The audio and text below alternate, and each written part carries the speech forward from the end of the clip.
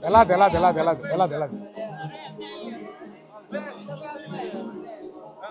Χαίρετε, καλησπέρα.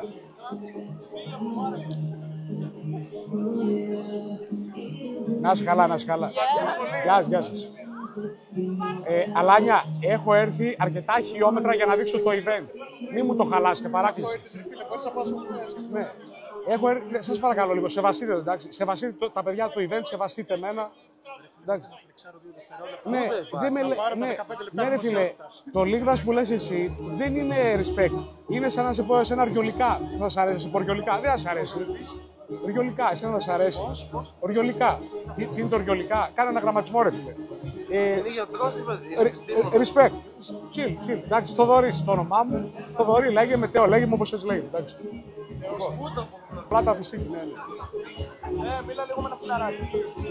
Αλάνη, κάνω live, μην τρεις πάλι. Εδώ, σου μιλάω, μ' ακούς. Εδώ, χωριό, σου μιλάω.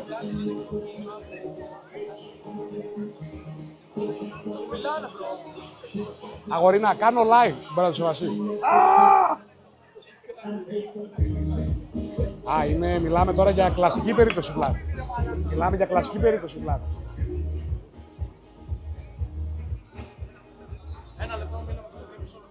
Να πληρώσουμε κάρτα. Άμα ξαναφωνάξεις, θα πάει αλλού δουλειά. Κατάλαβα. Ναι. Όχι, σε παρακαλώ. Πρώτη φορά στο μαγαζί, τι τρελαίνεις. Ναι. Λοιπόν, chat. Οκ. Λοιπόν, chat, παίζουμε εδώ πέρα μπαλίτσα. Ναι, ευχαριστώ πολύ. Ευχαριστώ. Πού έχει καμιά φωλιά που φυτρώνουνε, δεν έχω καταλάβει. Chat, μισό λεπτάκι λίγο.